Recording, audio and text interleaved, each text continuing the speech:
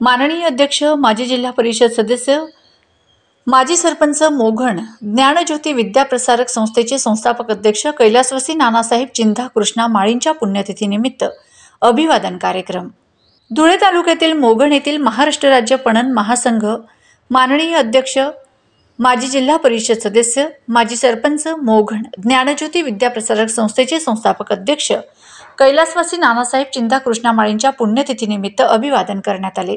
यावेळी सुरुवातीला कैलासवासी नानासाहेब चिंधा कृष्णा माळी व क्रांतिसूर्य महात्मा फुले, क्रांतिज्योती सावित्रीबाई फुलेंच्या प्रतिमा पूजन करून दीप प्रज्वलन करून कार्यक्रमास सुरुवात झाली। तदनंतर कैलासवासी नानासाहेब चिंधा कृष्णा माळी यांच्या कार्याला उजाळा देण्यात आला।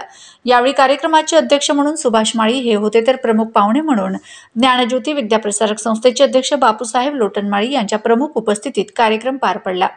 यावेळी सचिव हिरामन चिंधा माळी, बाबासाहेब भटामाळी, पंडित माळी, बालाजी वाघ, बाबासाहेब पुंजाराम जाधव, भिकन पाटील, विश्वनाथ वाघ, अंकुश जिरे, भीमराव पाटील, जगन्नाथ माळी, ताराचंद माळी, किशोर आप्पा माळी, मुख्याध्यापक शिक्षक, शिक्षकेतर कर्मचारी, माध्यमिक विद्यालय मोघण, मुख्याध्यापक शिक्षक, शिक्षकेतर कर्मचारी, महात्मा फुले माध्यमिक विद्यालय रतनपुरा व ग्रामस्थ मोठ्या संख्येने उपस्थित होते।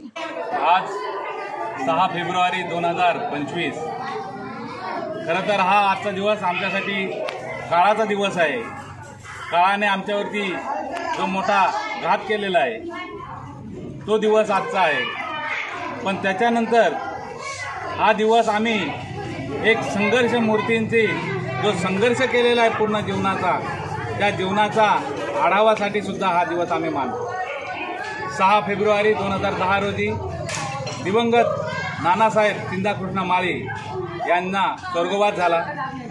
नानासाहेबांची तशी राहणीमान व विचार हे एकदम साधारण, ग्रामपंचायत सरपंचपासून जिल्हा परिषद सदस्य धुळे तर पणन महासंघाचे अध्यक्षपद भूषवून नानासाहेबांनी ज्ञानज्योती विद्याप्रसारक संस्थेचे संस्थापक अध्यक्ष हे पदसुद्धा भूषवले। इतकं मोठमोठे पद असून सुद्धा नानासाहेबांनी आपलं जीवन एक साधारण व्यक्ती म्हणून व्यतीत केलेलं आहे। नानासाहेबांच्या या आशीर्वादाने ज्ञानज्योती विद्याप्रसारक संस्था ही आज नावारूपाला आलेली आहे। या संस्थेअंतर्गत माध्यमिक विद्यालय मोघण व माध्यमिक विद्यालय महात्मा फुले माध्यमिक विद्यालय रतनपुरा या 2 शाळा आज डौलदारपणे उभ्या आहेत आणि त्या शाळेच्या अंतर्गत अनेक कुटुंब, अनेक शिक्षक लोक आपले उदरनिर्वाह भागत आहेत। तसेच नानासाहेबांनी आजपर्यंत केलेला हा खूप मोठा संघर्ष आपल्या सर्वांना ज्ञात आहे।